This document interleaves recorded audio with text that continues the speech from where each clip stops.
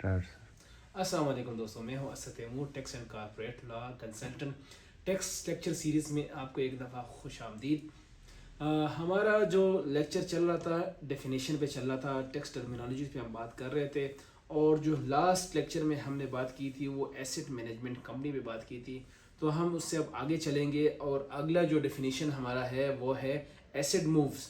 Asset moves क्या होते हैं? एसेट मूव्स का मतलब ये होता है टैक्स में कि जब आप अपने एसेट्स को किसी ऑफशोर कंपनी में लेकर जाते हैं, किसी बाहर किसी और मुल्क में शिफ्ट करते हो, तो ऐसी जो चीज़ होती है स्पेसिफिक अनस्पेसिफाइड जो जुरिस्डिक्शन होती है उसमें आप मूव करते हो, तो उसको एसेट मूव कहा जाता है। यानी आपने जो एसेट्स होते हैं उसको मूव किया जाता है, उसको एक जगह से दूसरी जगह ट्रांसफ़र किया जाता है और इसको एसेट मूव कहा जाता है। एक मैंने ऑफशोर कंपनीज या ऑफशोर एसेट्स के तौर पे कहा जाता है। उसके बाद जो हमारी अगली डेफिनेशन आती है वो एसोसिएशन ऑफ पर्सन। ये एक मशहूर टर्मिनोलॉजी है और अगर आप टैक्स और कॉर्पोरेट में प्रैक्टिस करेंगे तो इसके साथ आपको बहुत वास्ता पड़ेगा कि एसोसिएशन ऑफ पर्सन क्या होता है। एसोसिएशन ऑफ पर्सन जब आम जुबान में हम कहते हैं तो एक पार्टनरशिप जो फर्म होती है उसको एसोसिएशन ऑफ पर्सन कहते हैं और इसको ज़्यादातर जो शॉर्ट फॉर्म में बोला जाता है एओपी। तो किसी भी जो कंपनी पाकिस्तान में जो बिजनेस होते हैं, अगर आप देखें थोड़ा सा उसको मैं ओवरव्यू देखें तो मेजर उसके 3 कैटेगरीज है। आप टैक्स के पॉइंट ऑफ व्यू से देखेंगे तो जब आप रिटर्न फाइल करेंगे तो ये चीज़ें आपको 3 चीज़ें आपके सामने आएंगी। या तो आप एक एज बिजनेस इंडिविजुअल के तौर पे काम करेंगे, एज अ बिजनेस के तौर पे जब आप काम करेंगे तो एक बिजनेस इंडिविजुअल होगा या एओपीओ होगा या इसके बाद कंपनी होगी। तो ये 3 मेजर कैटेगरीज है। फिर इसमें कंपनीज में मजीद किस्में होती है और किस्म की डिटेल्स होती है। लेकिन जब आप रिटर्न फाइल करेंगे तो या तो आप बिजनेस इंडिविजुअल के तौर पे काम करेंगे, रिटर्न फाइल करेंगे, या एओपी के तौर पर और या कंपनी के तौर पे। तो जब एओपी का बात आएगी तो उसका मतलब यही होगा कि वो पार्टनरशिप फर्म के तौर पे बात कर रहे हैं। उसके बाद हमारी जो अगली डेफिनेशन आती है कि बैंकिंग कंपनी। बैंकिंग कंपनी का जिक्र जब भी आता है तो हमेशा याद रखिए कि जो बैंकिंग ऑर्डिनेंस है 1962 जो है उसके अंडर जो भी कंपनी बनती है वो बैंकिंग कंपनी होगी। इसमें हमने जिस तरह लास्ट टाइम भी शायद एक दफ़ा हमने जिक्र किया था कि एनबीएफसी भी आते हैं, लेकिन एनबीएफसी बैंकिंग कंपनी में नहीं फाइल करता। बैंकिंग कंपनी में वही कंपनी फाइल करेगी जो कि बैंकिंग ऑर्डिनेंस 1962 के अंडर जो कंपनी बनेगी वही बैंकिंग कंपनी होगी। अगरचे जो बाकी कंपनीज है वो भी सिमिलर बैंकिंग सर्विसेज दे सकती है लेकिन वो बैंकिंग कैटेगरी में नहीं आएगी। बैंकिंग के लिए एक स्पेसिफिक जो ऑर्डिनेंस है 1962 का, वही जो कंपनी उसके अंडर जो कंपनी बनेगी वही बैंकिंग कंपनी होगी, इसके अलावा कोई बैंकिंग कंपनी नहीं होगी। उसके बाद एक टर्मिनोलॉजी हमारे इसमें आता है कि बेनिफिशियल ऑनर। बेनिफिशियल ऑनर्स कौन से होते हैं? बेनिफिशियल ऑनर वो होते हैं कि जब भी कोई कंपनी बनती है तो उसकी कुछ ऑनरशिप होते हैं, कुछ ऐसे लोग होते हैं कि जो अल्टीमेटली उसके ऑनरशिप में आते हैं या उसके जो बेनिफिशियल होते हैं जो उसके फ़ायदा उससे उठाते हैं। ज़रूरी नहीं है कि वो जो बेनिफिशियल ऑनर्स होते हैं वो उसमें शेयर होल्डर्स हो या उसके डायरेक्टर्स हो। तो कोई भी जो by the end of the day जो उस कंपनी का जो उसका फ़ायदा मिल रहा हो, एंड में जो अल्टीमेट ऑनरशिप या अल्टीमेट बेनिफिशियल जो होते हैं उसको जो फ़ायदा मिल रहा होता है या कंपनी से उसको जो स्टेक होल्डर्स होते हैं, तो वो सारी चीज़ें उसमें बेनिफिशियल ऑनर्स में आते हैं।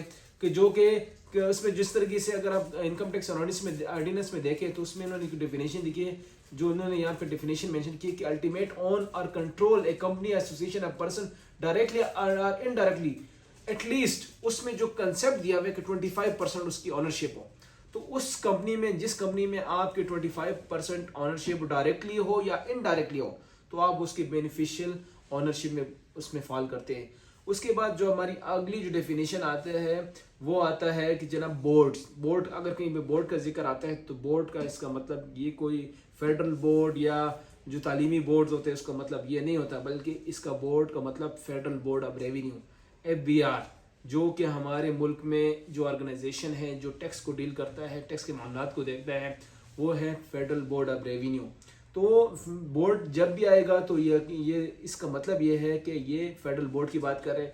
इससे पहले इसका नाम जो था सेंट्रल बोर्ड ऑफ रेवेन्यू था, CBR इसको कहा जाता था, लेकिन आजकल इसको FBR कहा जाता है और जितनी भी टैक्स के मामलात होते हैं वो FBR देखता है।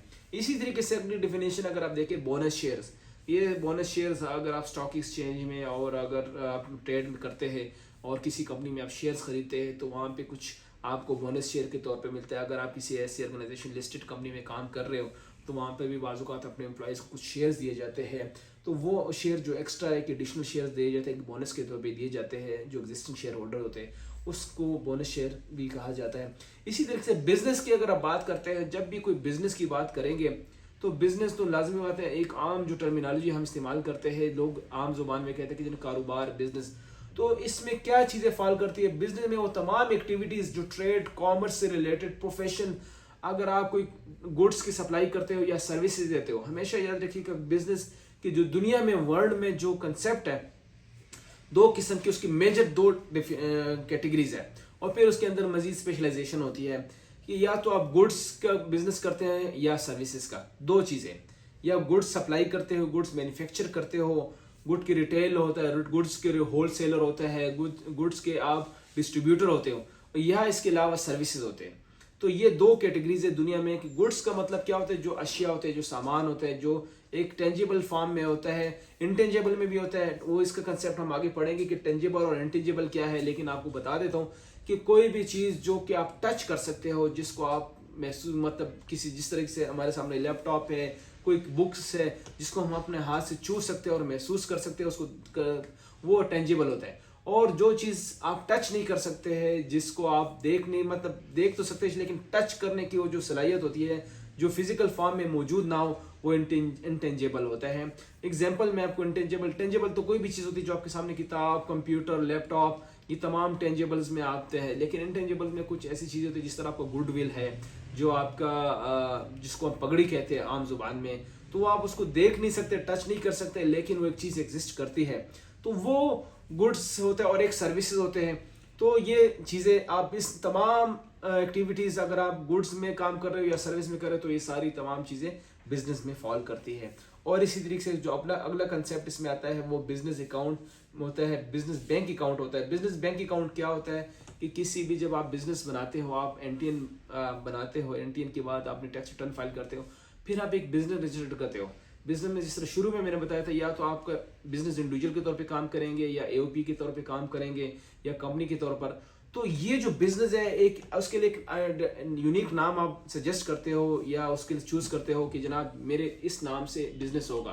फॉर एग्जांपल, जिस तरह हमारी लॉ फर्म का नाम है असद तैमूर एंड को एलएलपी, तो इसी तरीके से ABC and company, ABC marketing, ABC products, ABC traders. तो कोई भी ऐसा नाम आप बिजनेस के लिए जब आप रखते हो और फिर उसी नाम से आप अपने बैंक अकाउंट ओपन करते हो, तो वो आपका बिजनेस बैंक अकाउंट होता है। कैपिटल एसेट्स का कंसेप्ट हम आगे भी पढ़ेंगे, जो सेक्शन 37 में इसमें बहुत डिटेल में इसका जिक्र आता है कि कैपिटल एसेट्स क्या है। लेकिन इन शॉर्ट फॉर्म में मैं आपको बता देता हूँ, मुख्तसरन बता देता हूँ कि कैपिटल एसेट्स वो होते हैं जिस तरीके से आपकी कोई प्रॉपर्टी हो गई या आपके कुछ शेयर्स हो गए, तो ये उन कैटेगरीज में आते हैं कि जो आपके एसेट्स होते हैं, असासाजात होते हैं जिसमें, और इसमें ज़्यादातर जो फॉल करते हैं, जो मेजर कैटेगरीज है, वो उसमें आपके क्या नाम है, प्रॉपर्टी हो गई है, प्रॉपर्टी कैपिटल एसेट में फॉल करता है, और आपके शेयर्स, सिक्योरिटीज़, स्टॉक एक्सचेंज में आपको शेयर्स वगैरह खरीदते हो, तो ये दो मेजर कैटेगरीज हैं, ये कैपिटल एसेट्स में फॉल करते हैं। और इसके बाद फिर एक और कंसेप्ट आता है चैरिटेबल पर्पस। चैरिटेबल पर्पस क्या होता है? चैरिटेबल पर्पस ये होता है कि कोई भी काम आप जब किसी आप बिजनेस के लिए, जो वेलफेयर के लिए कोई काम वगैरह होता है, कोई ऑर्गेनाइजेशन होती है, जिस तरह एजुकेशन हो गया, हेल्थ हो गया, जो गरीब यतीम मसाकिन, उनके वेलफेयर के लिए कोई ऐसा काम करते हो, तो वो सारी चीज़ें चैरिटेबल पर्पस के लिए थे। टैक्स में इसका इस्तेमाल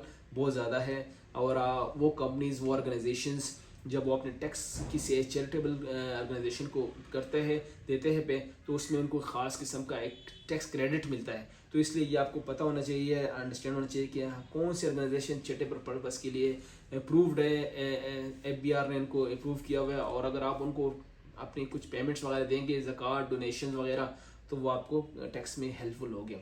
चीफ कमिश्नर का एक कंसेप्ट आता है, वो ऑर्गेनाइजेशन एडमिनिस्ट्रेशन के हवाले से है कि जिस भी आरटीओ का, रीजनल टैक्स ऑफिस का, उसका जो हेड होता है उसको चीफ कमिश्नर कहा जाता है। और इसी तरीके से फिर आगे कलेक्टिव इन्वेस्टमेंट स्कीम होता है, ये नॉन बैंकिंग कंपनीज होती है, जिससे मैंने शुरू में बताया था कि बैंकिंग कंपनीज होती है, एक नॉन बैंकिंग कंपनीज होती है, तो ये उसमें कंसेप्ट में फॉल करता है।